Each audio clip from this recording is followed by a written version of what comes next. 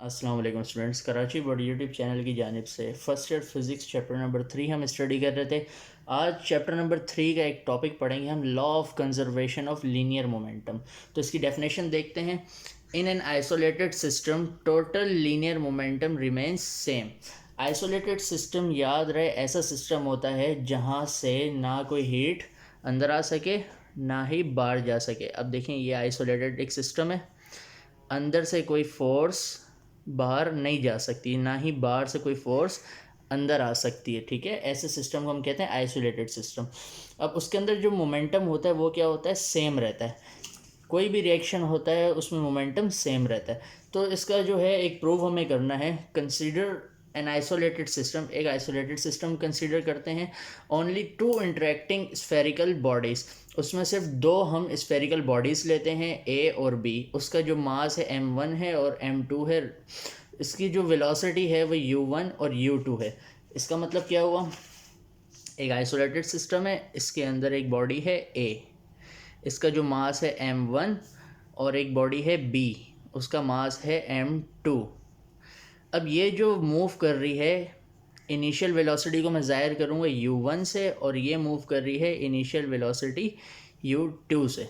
अब ये जो केस है ये बिफोर कोलिजन यानी टकराने से पहला।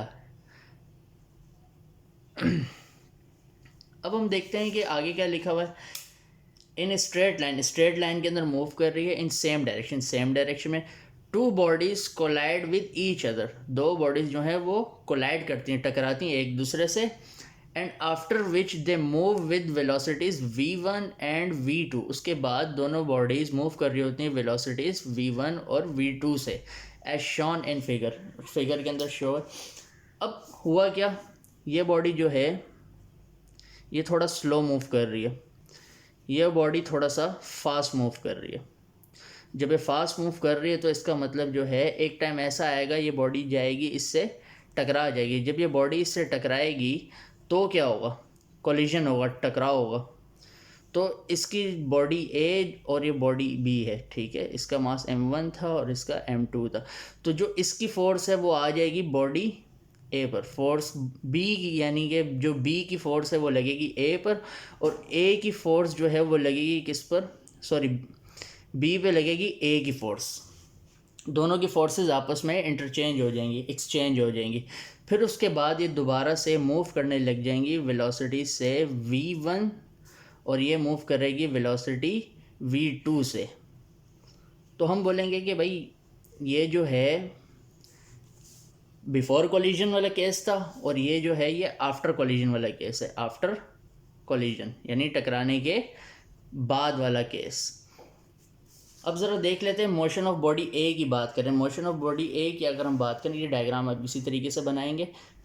मोशन ऑफ बॉडी ए की हेडिंग में देखें तो इनिशियल मोमेंटम को हम ज़ाहिर करते हैं किससे, पी आई से।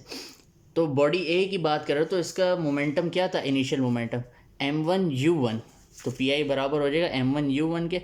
फाइनल मोमेंटम क्या होगा, यानी कि कोलिजन के बाद m1v1, तो हम बोलेंगे फाइनल मोमेंटम हो जाएगा m1v1। Change in momentum delta p, इसका मतलब pf minus P I. P F की वैल्यू क्या है, m1v1 माइनस करते हैं किसको, m1u1 को। अब उसके बाद जो फोर्स लग रही है किस पर, बॉडी ए पर, तो एक फार्मूला आपको मैंने ड्राइव करवाया था, एक प्रूफ करवाया था। फोर्स बराबर होता है rate of change of momentum per unit time. तो इस हिसाब से आपने रख दिया। अब जो है चेंज इन मोमेंटम की वैल्यू आपने ये ली, इधर लिख दी, डेल्टा टी सेम ऐसे लिख दिया आपने। फोर्स ऑन बॉडी ए हो गया। Force of motion of body B की अगर हम बात करें तो इसमें जो है इनिशियल मोमेंटम क्या होगा, m2u2, तो हमने इसको इनिशियल मोमेंटम को ऐसा लिख दिया। फाइनल मोमेंटम क्या होगा, फाइनल मोमेंटम टकराने के बाद m2v2 लिख दिया। चेंज इन मोमेंटम, फाइनल में से इनिशियल मोमेंटम को माइनस कर देंगे। फिर उसके बाद हमारे पास आ जाएगा डेल्टा पी की जगह हम लिख देंगे m2v2 माइनस m2u2। अब उसके बाद इसकी भी फोर्स की अगर हम बात करें तो फोर्स क्या थी भाई, सेम फार्मूला लगाया हमने, इसकी जगह वैल्यूज पुट कर दी। डेल्टा पी की जगह क्या लिखा हुआ था, डेल्टा पी की जगह m2v2 माइनस m2u2, तो हमने ये लिख दिया सेम, और डेल्टा टी यहाँ पे लिख दिया। अब न्यूटन के थर्ड लॉ के हिसाब से देखें, कोई भी एक्शन होता है उसका रिएक्शन होता है लेकिन अपोजिट डायरेक्शन में होता है। ये माइनस शो करे अपोजिट डायरेक्शन। अब जो है एक्शन किसने किया, इसने एक्शन किया एफ बी, रिएक्शन के तौर पे एफ ए ने क्या किया, रिएक्ट किया अपोजिट डायरेक्शन में।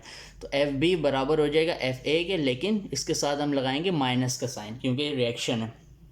एफ बी की वैल्यू ये सिंपल लिखी हुई, आपने इसी तरीके से लिख दी, इक्वल का साइन डाला, माइनस माइनस है तो आपने क्या किया, ब्रैकेट के अंदर ब्रैकेट डाला। फिर उसके बाद एफ ए की वैल्यू क्या थी, एफ ए की वैल्यू थी m1 v1 minus m1 u1, आपने पुट कर दी, डेल्टा टी लिख दिया। दोनों साइड्स पे डेल्टा टी सेम था तो आपने आपस में इन दोनों को कैंसिल कर दिया।